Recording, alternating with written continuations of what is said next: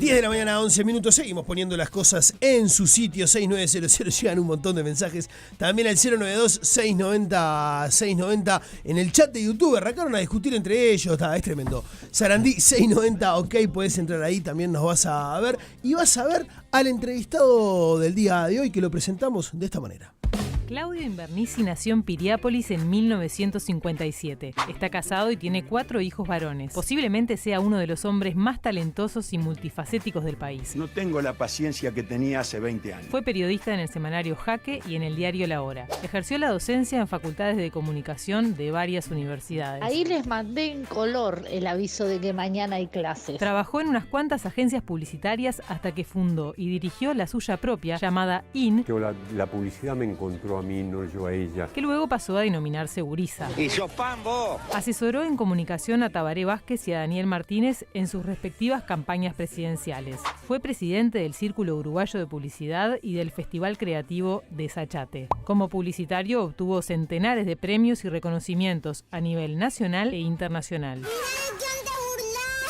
Entre 2009 y 2010 fue director de Televisión Nacional del Uruguay. Es autor de varias novelas y cuentos. Su primera publicación salió en 1985 y fue un cuaderno testimonial sobre su experiencia en la cárcel. Su último libro, titulado Algo tan luminoso como una derrota, salió en 2023. No me digas tantas cosas porque me cohibí. Además, su metro con 96 lo hicieron basquetbolista primero y aficionado después.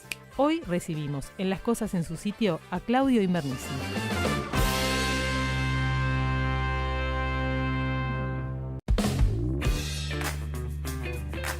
Bueno, buen día, Claudio. Bienvenido a Las Cosas en su Sitio. Bueno, buen día, ¿cómo están? Buen día, un gusto que esté con Bienvenido. nosotros. Como decía por ahí, no me digas tantas cosas que me cohibo. Eso te iba a preguntar, ¿te cohibís cuando te dan para adelante o cuando hablan de tus virtudes? Sí, bueno, tengo ese muy adentro, ese promedio uruguayo. Claro. Que justificás cuando tenés un logro, lo justificás con algo. No, Sí, pasa que... Sí, te iba a decir que estaba de acuerdo en todo excepto en lo del talento, pero lo dije mismo. Sí, En lo la dijiste propia vos en la propia presentación. presentación. Multifacético Feliz. seguro, eso es indiscutible. Bueno, Claudio. sí. Bueno, yo qué sé, sí, he hecho unas cuantas cosas, lo cual no quiere decir que las haya hecho bien, quiere decir que las hice. ¿Qué disfrutás más de todas tus facetas? ¿Cuál de tus facetas disfrutás más? Bueno, ¿La de escribir, la de la publicidad? lo que pasa es que eso se asocia con los tiempos de vida también, ¿no? Yo fui un apasionado de la publicidad, lo fui, hasta que, bueno, no te diría que me aburrió, pero me cansó después de 40 años del ejercicio profesional y estoy tremendamente agradecido al azar porque efectivamente la publicidad fue algo que apareció allí, no que yo había decidido que me iba a encontrar con ella. Y decidido, te digo, al azar, porque fue más que una vocación, fue una pasión, dediqué mi vida, etcétera. Y la disfruté muchísimo mientras la hice. Y después empecé a disfrutar la literatura. Tal vez lo que menos, te diría, si tuviera que poner un escalón, fue mi época de periodista, porque allí descubrí que era más afín a la subjetividad que a la objetividad y que andaba más por... Creo que además descubrí que me faltaba un poco de curiosidad para tener un ejercicio periodístico. Y bueno, le hice un bien a vuestra profesión, retirándome también de allí a tiempo. Y bueno, cada tanto despunto el vicio escribiendo alguna nota por ahí que en fin, Claudio, me interesa muchísimo, Sí. porque me interesa la comunicación Claro. en su sentido más amplio. Y una cosa que también tiene que ver con esto es que en realidad, si bien el ejercicio de la publicidad me cansó un poco, no así la comunicación en su conjunto. Porque además entiendo que bueno que la publicidad forma parte de toda esa trama y también los aspectos teóricos de la comunicación, porque vivimos una época de transiciones varias y de transformaciones varias, particularmente en torno a las plataformas del ejercicio profesional y de las comunicaciones en general, ¿no? y es imposible que no resulten atractivos. De eso vamos a hablar seguro, pero no te tuviste en tu faceta de asesor en comunicación política, ¿no? Y tus asesorías a los presidenciables, algo que te puso muy en el tapete en muchos momentos, porque tenés una mirada aguda también de la política y a nosotros nos gusta conversar contigo de ese tema también, sí. Aunque vos le rehuís un poco. Lo trato de evadirlo, pero no puedo. Mirá, el tema de la asesoría política, ahí sucede algo. Yo no soy un asesor político, no soy un asesor en marketing político, ni siquiera soy un asesor en comunicación política. Los hechos me llevaron a asumir esa responsabilidad porque he tenido una vida de militancia. Por un lado, siempre estuve militando en la izquierda. Yo decía, la política de lejos. En realidad he sido un ser político toda mi vida, con opinión política, con militancia política. Entonces, eso se juntó con mi profesión, que era la de publicitario, la de creativo publicitario, y tuvo como consecuencia un lugar en todos estos procesos, en estos dos procesos particularmente a los cuales mencionaste, que fue el de Tabaré Vázquez y el de Daniel Martínez, en los cuales aprendí mucho. El problema que resulta de todo esto es que me encontré con una realidad que no era la esperada en los dos casos. En los entornos, en la dureza de los entornos, en el ejercicio, digamos, que se hace de la política, particularmente durante las campañas. ¿Pero qué fue lo que más te choqueó de eso? Bueno, en general lo que a uno lo choquea tiene que ver con los comportamientos humanos, ¿no? Los shock de verdad siempre tienen que ver con los comportamientos humanos, no con los ejercicios profesionales. Y yo creo que en alguna medida, a pesar de mi edad provecta en cualquiera de los dos casos, asistí a las campañas con cierta ingenuidad. Y a pesar de haber estado en la militancia política durante mucho tiempo, nunca ocupé cargos de ningún tipo político, digamos, de dirección política. Siempre. ¿Te los ofrecieron y no quisiste? Bueno, en algún momento sí, pero sí, no. Lo máximo fue dirigir televisión, TN1. Bueno, claro, sí, que también fue un lugar de confianza política, ¿no? Claro. Cosa con la cual, a pesar de haberlo aceptado, discrepo en la metodología de elección de los directores de los medios públicos, que pienso que debería ser otra, y que debería estar inspirada en otros marcos. Un estilo más como en Inglaterra, donde el BBC, Parlamento de alguna manera le da la venia política al director de los medios. Sí. Quiero aprovechar esto que decís. Obvio que capaz que puede ser que no tenés opinión o que no querés, pero la polémica sobre TV Ciudad, ¿no? Como medio público departamental, se instaló también legisladores pidiendo que se cierre TV Ciudad. ¿Tenés una posición tomada sobre el tema? Sí, no, yo creo que TV Ciudad no se tiene que cerrar. Creo que, mira, yo te voy a decir una cosa. Yo creo que los medios públicos son tema para los legisladores cuando ellos están necesitando cámara o están necesitando micrófono. Si no, no es tema.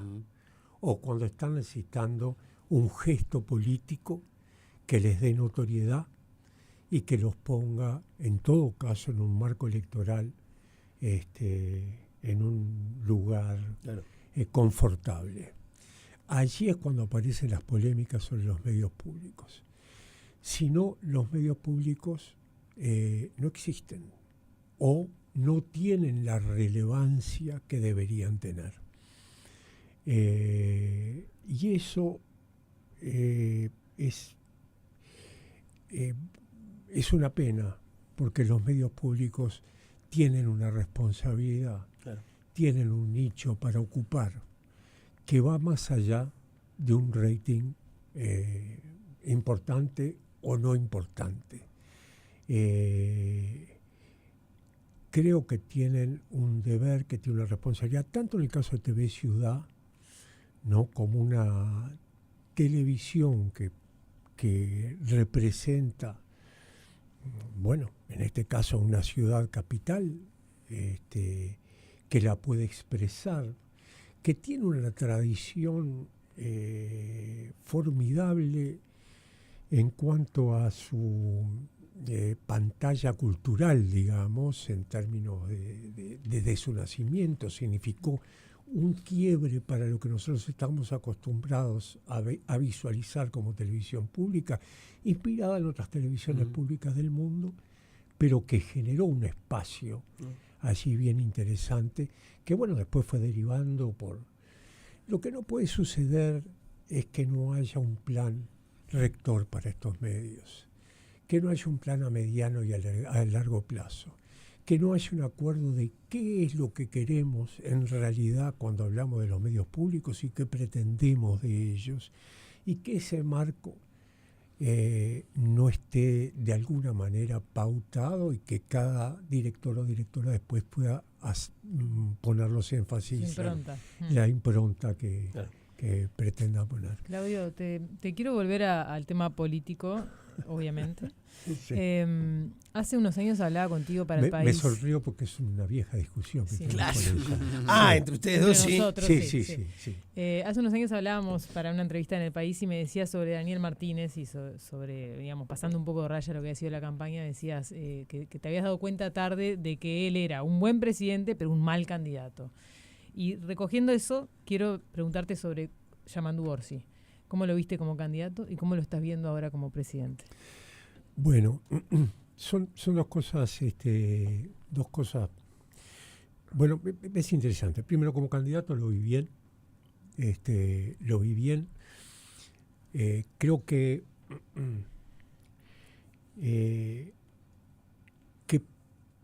puede resultar problemático, complejo, entender un candidato con las características que tiene Orsi. ¿Por qué? Porque Orsi, en realidad, su representación es la de uno más de nosotros. Ese es el perfil de Orsi. Y actúa desde ese lado. Quiere decir que con una diferencia que lo hace ser candidato a presidente, y a nosotros no, alguna diferencia que ha construido durante su vida política. Entonces, ese perfil genera como una cierta complejidad, pero que no afectó a lo largo de la campaña su credibilidad. Es decir, él es un candidato que fue creíble. Respecto a verlo como presidente, siempre en estas cosas hay algo que responde, que es una ecuación que se saca entre la expectativa y la realidad, ¿no? ¿Qué cosas uno ha depositado en su apoyo a una candidatura? ¿Qué cosas ha depositado en su voto? ¿Y qué cosas vuelve? Y esto está teñido de muchas cosas.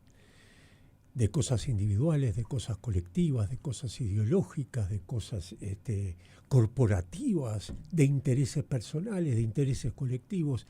Hay muchísimo detrás de cada opinión sobre la gestión de un presidente. Y yo creo que de la misma manera que se aprendió a percibir el Orsi candidato y que lo llevó a ganar las elecciones, también se está aprendiendo a percibir al Orsi presidente. Y bueno, después están aquellas cosas que parezcan bien o que parezcan mal, que están vinculadas a esto que hablaba recién, entre la expectativa y la realidad, cuál es la ecuación final que uno tiene.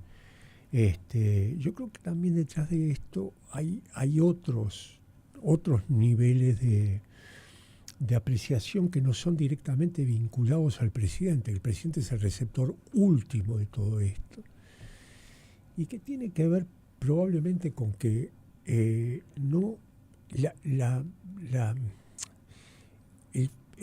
Frente Amplio empieza a gobernar cada vez sin lógica de continuidad. Es decir, daría la impresión que antes no se gobernó. Esa es la sensación que a mí me queda. Todo ese periodo que hubo en el medio. Exactamente, ¿no? Y antes se gobernó. Y hubo un proceso de aprendizaje del gobierno que en alguna medida creo que fue desaprovechado. ¿En qué lo ves? Bueno, lo veo en algunas cosas que hacen a la gestión, lo veo en algunas precauciones que no se fueron, que no se tomaron en el momento de asumir.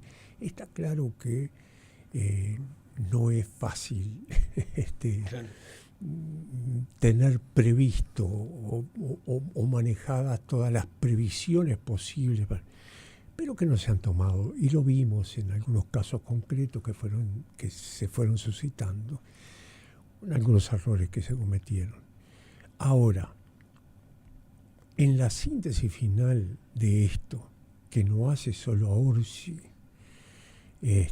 sino que hace al gobierno en su conjunto, yo lo que tomo son las señales positivas que a mi juicio explican y dan la razón a un cambio de gobierno con un proyecto diferenciado, en la medida que las primeras decisiones de gobierno que se han venido tomando, con algunas se discrepa, con otras no, pero las señales positivas, digamos, que tienen que ver con la consideración de que si bien bueno, de esto, ¿no? De que hay un signo, un proyecto político diferente que presta atención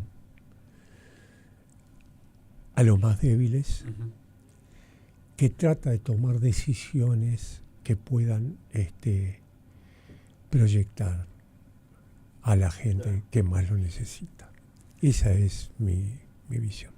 Claudio, y yendo a lo que fue la anterior administración del presidente Lacalle Pou, se solía decir que la comunicación política, la estrategia política era manejada por una agencia de publicidad. ¿Qué tan cierta puede ser esta afirmación? ¿Puede una agencia de publicidad manejar la comunicación de un presidente? Mira, lo que pasa es que la comunicación de un presidente, para empezar, es el presidente. Y la comunicación de un gobierno es el presidente, para empezar. Después, sí, se pueden montar estrategias, naturalmente, que hacen a una mejor comunicación o a una peor comunicación. Pero la comunicación también es la gestión. La comunicación es cuán bien se ha administrado el gobierno. Pero una de las quejas era que se estaba haciendo cosas, por ejemplo, ¿no? Para hablar de este periodo, que se estaban haciendo cosas pero que no se estaban comunicando, o que no se estaban publicitando de la manera correcta. De hecho, ¿se acuerdan? Hace un tiempito salió una lista enorme, ¿no? Creo que fue en Twitter. Hay como una discusión en relación a eso, qué tanto se está comunicando y qué tanto no, y me parece que muchas veces sirve de excusa de decir, bueno, nosotros hicimos pero no lo comunicamos bien, como nos faltó esa partecita, ¿no? Bueno, yo para mí creo que la comunicación es en general vive pagando los precios de los errores políticos. Exacto. Tanto en campaña como en gobierno. Siempre son mucho más poderosos en la comunicación, imposible de administrar los errores, que los Claro, aciertos. Entonces aquí se trata de manejar los aciertos y de comunicar los aciertos, que es dificilísimo. Es dificilísimo. Pero por eso me parece importante, cuando se habla de la comunicación, comprender que la política hoy y la comunicación son prácticamente una misma cosa. Entonces no se trata de que el responsable de la comunicación del gobierno haga las cosas bien o haga las cosas mal. Digamos, lo primero siempre es qué es lo que se está haciendo, ¿no? Y después, bueno, ¿cómo se lo comunica? Cuando es el cómo se lo comunica es cómo se maneja, se intenta manejar la agenda, cómo es la comunicación interna. Fíjate que la izquierda es crítica. Yo creo que durante este periodo de gobierno ha sido demostrado que, bueno, por un lado ha actuado la oposición, como corresponde en un marco democrático, y por el otro lado ha actuado la impaciencia. Es decir, dentro del propio Frente Amplio, ¿no? La impaciencia ha generado un marco ha generado un marco crítico interno, digamos, que no deja brillar lo que podría brillar o que de alguna manera empaña parte del brillo. No lo estoy cuestionando. Al contrario, por suerte es así. Por suerte hay un electorado o parte del electorado que tiene que ver con la militancia, que es una militancia crítica, que tanto avala como puede cuestionar internamente o a veces públicamente las cosas que se van haciendo. Pero una pregunta, Claudio, en relación a eso. La Intendencia de Montevideo, ¿no? Y el proceso electoral de que se siga eligiendo al Frente Amplio a pesar de tanta insatisfacción que se expresa en las encuestas en relación a cómo se maneja la basura, el transporte, etcétera, ¿no? Sobre todo esos temas.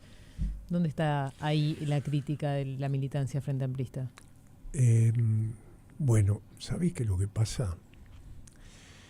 Que, mira, yo creo que la política se maneja en términos distintos en función de lo que estés hablando. La política no solamente son las elecciones, la política no solamente son las campañas. La política en realidad tiene que ver realmente con una postura ideológica, conceptual, ante el futuro, que es capaz de determinar los votos llegado el momento de la campaña, más allá de una mala, de una mediocre o de una buena gestión. Es en quien generas no solamente la confianza, sino de quien esperás que cumpla de alguna manera con una idea. El tema de la ciudad es muy interesante. De la misma razón, cuando se habla de Montevideo, podemos hablar de muchos lugares del interior, o por qué Montevideo fue tanto tiempo gobernado por el Partido Colorado, o por qué tanto tiempo. Bueno, yo creo que hay una afirmación que no es solamente afectiva en este caso, que es afectiva y que es también y que tiene que ver con el pensamiento.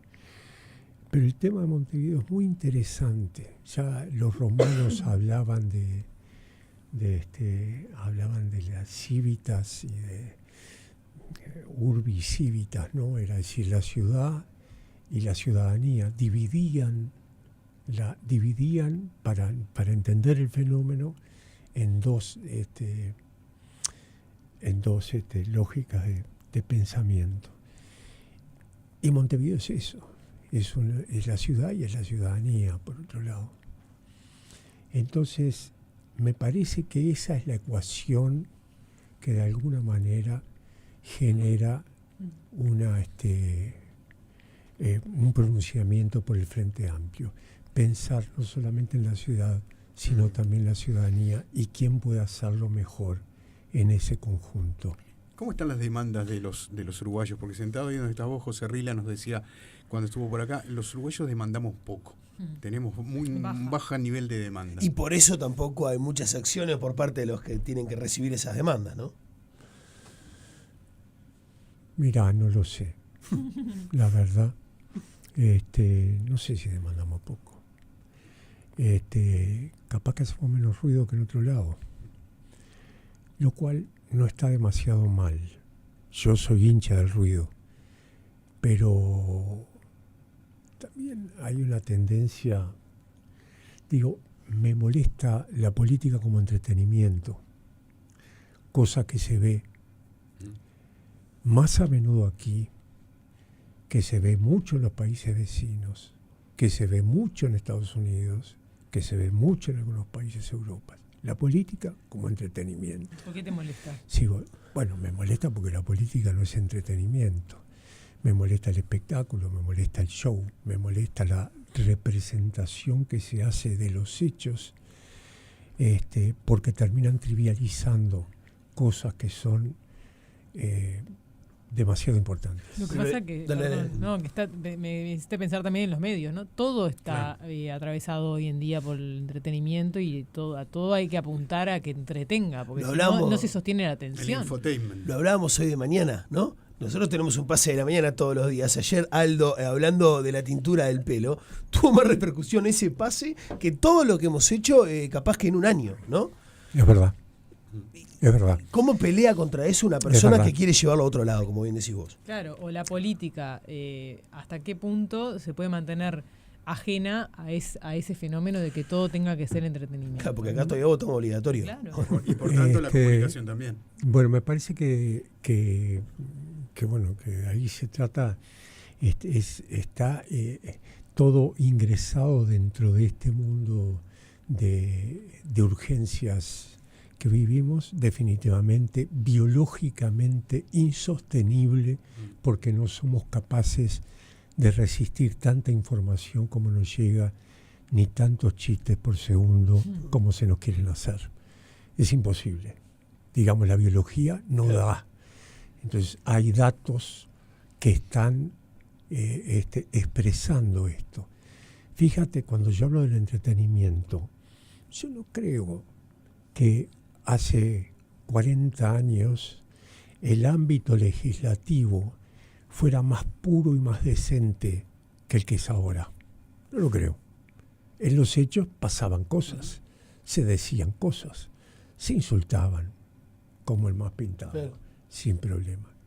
El tema es que hoy cada una de estas cosas genera, ¿no?, un estado de acción comunicativa permanente, del cual no solamente los medios, sino también los usuarios de las redes se hacen eco. Hay más amplificación, capaz. Muchísima más amplificación. Muchísima más amplificación.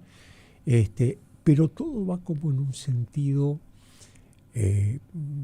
por eso quiero decir, incluso la violencia, ¿no? Realmente hay más violencia hoy que la que había. Nosotros, hay un ejercicio y hay una representación de la violencia que es peligrosísima, no particularmente acá, pero sí la que estamos viendo en Argentina, por ejemplo, y de la cual hace uso el presidente argentino, ¿no? El desastre que pasó hace poco entre el partido de Universidad Independiente. Independiente, que fue terrible. Y yo pensaba esto, digamos, esta es una versión de la realidad que interpreta la ficción que todos los días escribe el presidente argentino. No tiene límites en el uso del verbo, en su oralidad, en su forma de gobernar desde una red social, que es un camino por el cual ha optado la derecha más derecha en el mundo. No pasa con Trump o pasa ¿no? Al punto de la inmoralidad a la cual llega. Pero su pueblo no lo ve tan así, porque lo votó. Su pueblo no lo ve tan así en cierto punto porque lo votó. El pueblo votó, creo yo, la ficción que él representó. Él hizo un montaje ficcional en su candidatura. A mí me provocaba mucho miedo. Entendió algunas lógicas de la comunicación, conectó con gente joven a través de youtubers, a través de que creyeron en esa representación ficcional. Cuando hablo de representación ficcional, hablo de que aparecía vestido de superhéroe, por ejemplo. O entrando con las canciones de La Renga, los gritos. Con La Renga, bueno, su acto final fue un acto en el cual tenía unas pantallas LED enormes que, fíjate vos, había comenzado este desastre de Palestina, digamos, y bueno, estaba la guerra de Ucrania, en fin, otra serie de cosas, y esas pantallas eran una explosión tras otra explosión de guerras, de bombas atómicas, de no sé cuánto, con un tema de La Renga de fondo, hasta que después de una bomba atómica que dejaba todo en silencio en la pantalla, aparecía un león entrando y él entraba por otra puerta. La canción se llama Panic Show. Exactamente. Entonces, vos, había una acción, porque vos estando ahí, o viendo, yo no estuve allí, pero lo veía, estaba mirando la transmisión, realmente se te ponían los pelos de punta, ¿no? Él encontró un camino, además de que no solamente él ganó, sino que hubo otros que perdieron, ¿no? Mirá qué ejercicio hubiera sido para los politólogos si no hubiera ganado Milei y hubiera ganado Massa. Hay un peso también del carisma, ¿no, Claudio? En Milei, en Trump, así como puede haber en muchos políticos que han llegado a la presidencia. Sin ir más lejos, José Mujica, ¿no? Sí, pero también. No, sí. no me compare.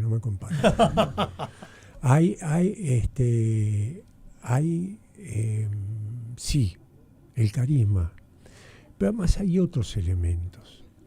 Él tomó la palabra libertad, por ejemplo, ¿no? Y el bastardeo que se hace del lenguaje en general en campaña, en todas las campañas, es tremendo. Y en él es particularmente ¿no? Con esa efusividad con la que carga después de la coma y agrega el carajo. Ser cantador para una serie de gente que realmente creyó que la libertad era, y el mundo de la tecnología. El mundo de la tecnología aprovechando estas circunstancias, más allá del poder económico, etcétera, etcétera. Pero sí, es verdad, hay carisma y eso tiene mucho que ver también con los resultados de las elecciones. Bueno, yo te iba a preguntar, en este mundo en el que la política está atravesada por todo esto que decís, ¿qué tanto pesa el carisma? Y te quiero preguntar por José Mujica. Hace poco, la última vez que te vi fue justamente en la fila del velorio de Mujica del Palacio Legislativo. Es indiscutible, ¿no? Mujica con todo su peso, la figura, ¿no? Y su legado. ¿Qué queda, no? ¿Y qué viene? ¿Qué se puede esperar de los nuevos políticos o sucesores de Mujica? Bueno, lo que pasa es que, viste, también acá hay otra. Aquí hay. Yo creo que nos falta profundidad. Esa es la realidad. Nos falta profundidad en el pensamiento. La urgencia obliga a la respuesta inmediata. La respuesta inmediata no nos permite detenernos en la reflexión. Sigue siendo vacía. Bueno. ¿Es vacía o no es vacía? Viene cargada, digamos, la política detrás de la política el talenteo, que en eso sí hay diferencia con lo que pasaba, hay similitudes y diferencia con lo que pasaba hace 40 años. Miraras donde miraras, en el partido que miraras, ibas a encontrar a gente que era capaz de sopesar, de pensar, de descargar conocimiento, cultura, información en cada una de intereses, como siempre, pero en cada una de sus decisiones. Yo creo que hay un legado que se piensa de Mujica, que es el legado político. Yo creo que el Mujica diferente no es estrictamente político. El Mujica diferente, más allá de su épica personal, con sus luces y con sus oscuridades, es que él pensó, se equivocó como todos, pero su forma de hacer política obligaba, por decirlo de alguna manera, a la reflexión sobre cada uno de sus planteos, hasta la construcción de su propio marketing, digamos, que demostró su inteligencia también. Como te digo una cosa, te digo la otra. Claro, pero ese como te digo una cosa, te digo la otra, en él, más allá del bastardeo político sectorial que se podía hacer de esa frase, tenía una verdad en el fondo, muy parecido a aquello de Walt Whitman, que decía en el canto a mí mismo, me contradigo que soy inmenso y contengo multitudes, ¿no? En él había razones, te diría, filosóficas, y expresaba con una transparencia brutal esos niveles de pensamiento. Yo me acuerdo que mi primera mirada sobre Mujica fue cuando se estaba haciendo, mi primera mirada seria sobre Mujica fue cuando se estaba construyendo UPM en Fray Bentos. Empieza el lío y salen a preguntar si contamina, si no contamina. Tú me decías, no contamina por esto y por esto, mientras del otro lado decían sí, contamina. Y cuando le preguntaron a él dijo, yo qué sé. Me acuerdo de la frase, yo qué sé si contamina o no contamina. Exactamente, yo qué sé si contamina o no contamina. Y dice, lo que sí sé es que si esta fábrica no se construye acá, se va a construir en algún país de Asia, se va a construir en algún país de África, y si contaminara, el mundo seguiría jodido. Es decir, fue la persona que se atrevió a pensar más allá de la política inmediata. De esa paleta de colores que tenía, las utilizó todas, sí. Y no se quedó con el blanco y negro. Exactamente. Creo que bueno, sobre el final, sin perder su picardía, porque además era un bicho también en el ejercicio político, ¿no? Que tenía esa impronta necesaria para pero bueno, ya en el final estaba como en otra, en una dimensión diferente, que no sé si expresaba el mejor Mujica, digamos. Lo de los sucesores, nomás, que quedó en el tintero. ¿Ves imágenes? ¿Ves alguna? No, olvídate, no te va a dejar salir. Es Mohamed Ali contra la conozco. Claro. La conozco. Me difama. Bueno, lo que te quise decir con esto es que en realidad probablemente sí hayan sucesores políticos, pero no sé si existen con el porte reflexivo y filosófico que la política representaba para Mujica. Yo quiero cerrar, antes de irnos a hablar un poquitito, ¿no? de literatura y de tu actual posición ahí también. Sé que no te gusta que te den para adelante, te da un poco No, pero muchas gracias de todos modos. Pero segundo Premio Nacional de Letras 2024, ¿no? Algo tan luminoso como una derrota. Sí. ¿Volvés al amor de la literatura o nunca te fuiste del amor de la literatura? No, en realidad nunca me fui. Pero estuve 30 años, yo escribí bueno, el libro un cuaderno de testimonios que no tiene relevancia literaria, ni tampoco sé si testimonial, pero bueno, viste que uno siempre rechaza las primeras cosas. Después escribí La Pulseada, que fue una novela corta, y ahí paré, me dediqué y volqué todas mis posibilidades emocionales en la publicidad, en el periodismo, bueno, y en otros, en la docencia, en fin, en otras cosas. Pero mientras tanto se escribía. Destruí una novela que había escrito porque la empecé escribiendo siendo uno y cuando terminé era otro. Y dije, esto no me interesa nada, lo tiré. ¿Pero literalmente la destruiste? Sí, la destruí, sí, totalmente. La aprendí porque fuego, la rompiste.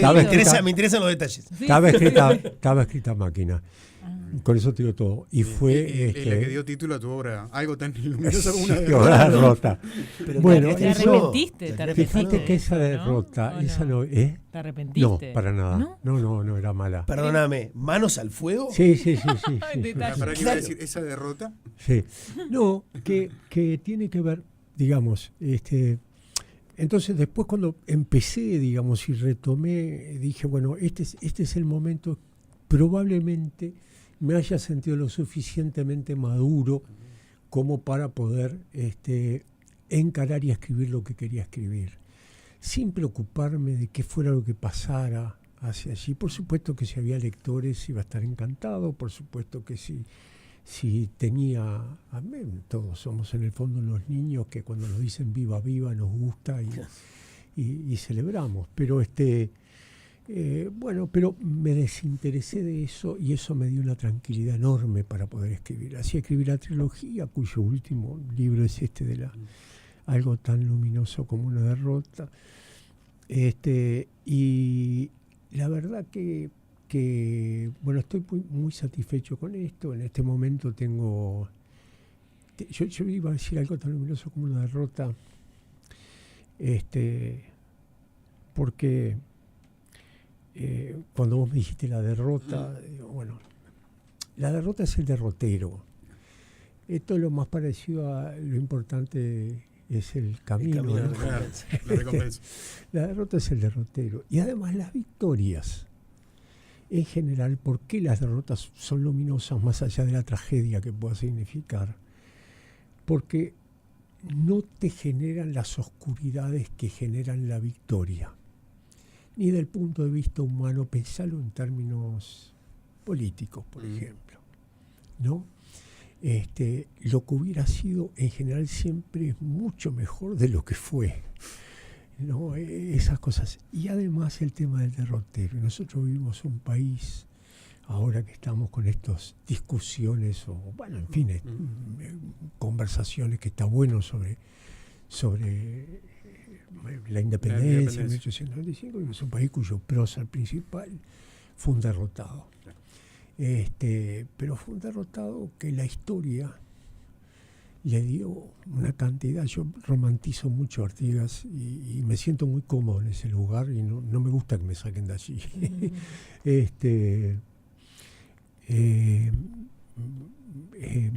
Matrizó increíblemente un país y una nación desde la derrota, y la matrizó, porque yo creo que la influencia del artiguismo a través de ese conjunto de eslóganes que habrá hecho él o no habrá hecho, lo más probable es que no, nos ha generado una disciplina hacia adelante.